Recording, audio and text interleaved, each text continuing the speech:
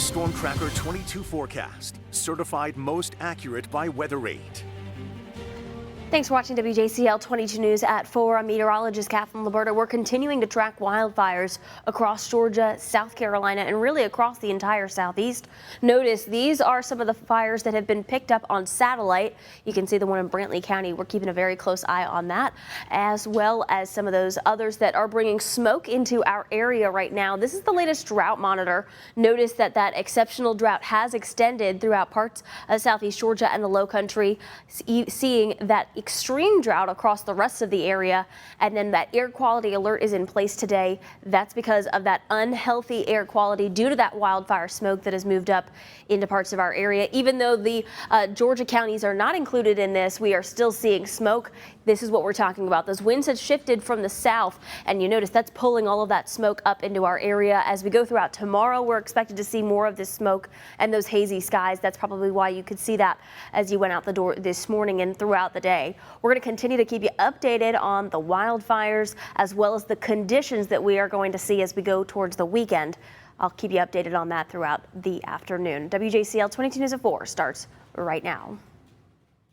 Covering Savannah and the Lowcountry, you're watching WJCL 22 News at 4, the one to watch. Good afternoon, everyone, and thanks so much for joining us. I'm Emma Hamilton. My co-anchor, Shannon Royster, she is live at Second Harvest ahead of their Jewel and Jeans fundraiser. We'll get to her in just a minute, but we are continuing to track those wildfires underway in southeast Georgia. WJCL 22 News' Kirsten Masalka. She is in Brantley County this afternoon. And Kirsten, what can you tell us?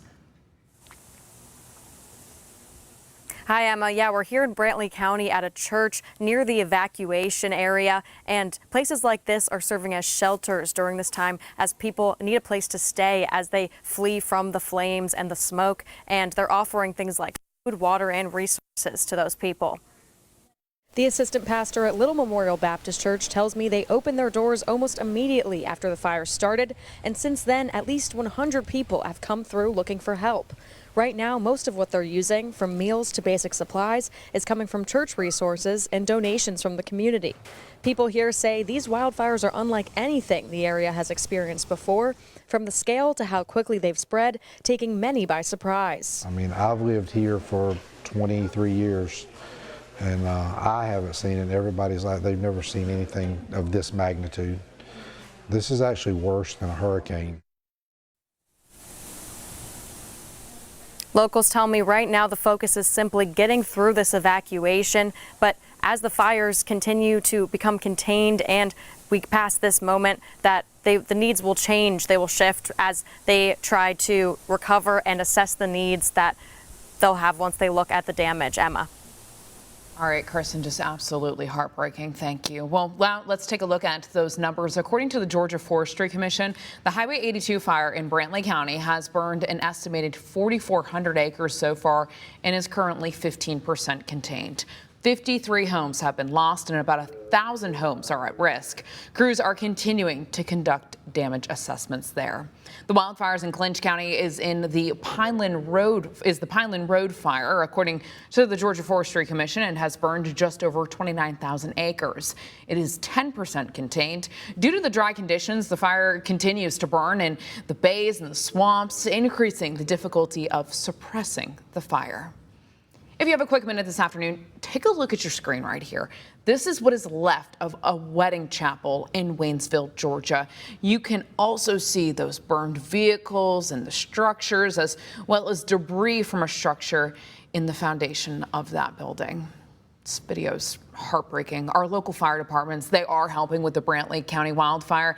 The City of Pooler Fire Rescue is deploying their personnel and equipment to assist in stopping the wildfire. According to the city, the fire crews will be operating on 12-hour shifts, deploying daily.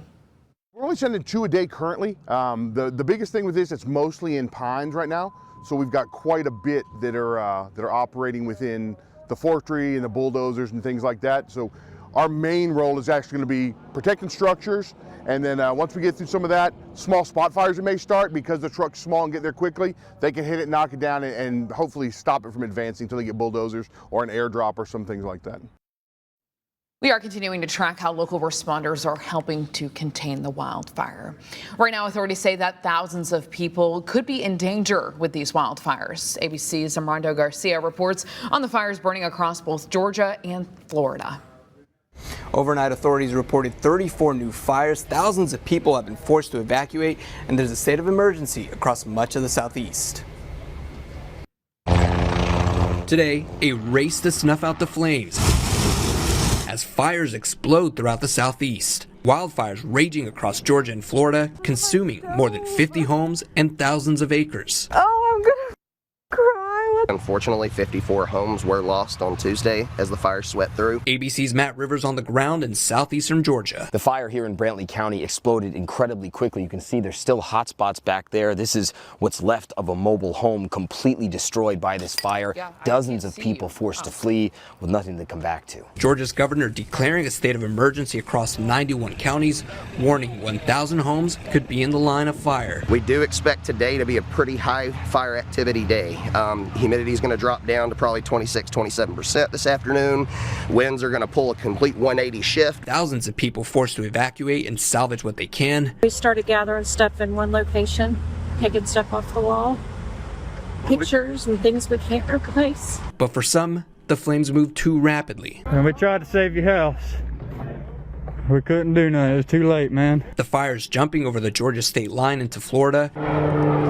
Crews battling the massive railroad fire in Jacksonville, which authorities say has already ravaged 4,000 acres of land. The fire danger extending all the way to southern Florida near the Everglades, burning more than 6,500 acres. All of the southeast is under at least moderate drought, nearly half of the region on extreme drought or higher. That is what is fueling these fires, and there's no sign of rain until this weekend. Armando Garcia, ABC News, New York. For what you need to know on the wildfires and how you can stay safe, you can head over to our website. It's WJCL.com. We are following some breaking news out of Baton Rouge this afternoon, where police are investigating a shooting at the Mall of Louisiana. Police say that they believe this was a targeted incident between two people who were arguing near the food court before opening fire on one another. Officials confirming 10 people were injured and all have been taken to a local hospital for treatment. The governor saying, quote, "I am in coordination with law enforcement and we will update as we know more."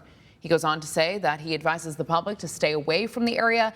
We will keep you updated on this developing story, both here on air and online. If you love to dress up, you're going to love the bling of Second Harvest of Coastal Georgia's 20th annual Jewels and Jeans charity event. My co-anchor, WJCL 22 News' is Shannon Royster. She is live at Second Harvest right now with a preview this afternoon. And Shannon, what can folks expect tonight? Well, Emma, right now they are setting things up for a good time here behind me, so people can expect lots of fun, lots of food, live music, a silent auction, and a bit of a fashion show with people wearing their favorite jeans, as you can see here, and their favorite jewels. I got this just today. Now, while this event is a good time, it's also for a great cause. This is Second Harvest's signature fundraiser benefiting the Kids Cafe Summer Feeding Program. Last year, the funds raised from Jewels and Jeans helped to provide more than 177,500 meals to children across coastal Georgia who otherwise may go without a meal during the summer months. Right now, I am joined by Miriam Langley, CEO of Second Harvest of Coastal Georgia. Thank you so very much for taking the time to speak with us today.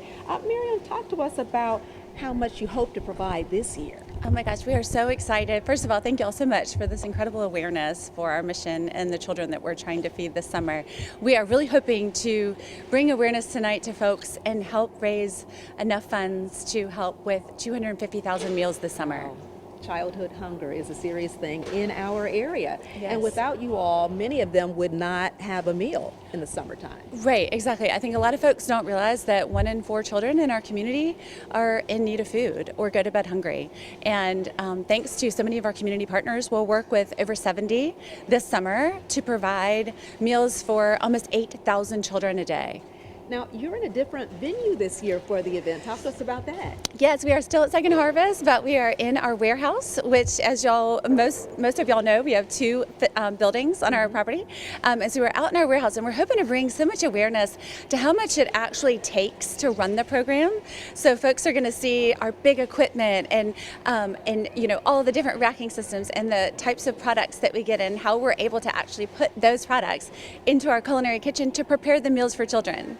Now, people who are sitting at home who are interested in attending, is there still time? There are just a few more tickets. Okay. We are probably going to close at about 5 p.m. for ticket sales, so less than an hour. But please get your tickets if you can come out tonight. And you can get those tickets on your website. Yes, helpandhunger.org. As well as the silent auction. Yes, you do not have to be present to win. You can be on your sofa bidding if you're unable to come tonight, and please know that those dollars will support our children. Miriam, thank you so very much for taking the time. Don't go too far, though, because we're going to talk to you a little bit later. As you heard, tickets are still available online right now on Second Harvest website. You can get them up until 5 o'clock, so don't waste any time. WJCL is a proud media sponsor of this event. It's happening off Chatham Parkway, so we hope to see you there. Starting at 6:30. Emma, back to you. All right, Shannon, always a great time there. Thanks so much. We'll check in with you in just a little bit.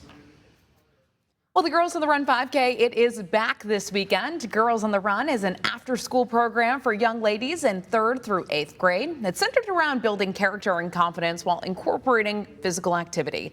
More than 250 girls from across our area are going to cross the finish line this Saturday at JF Gregory Park.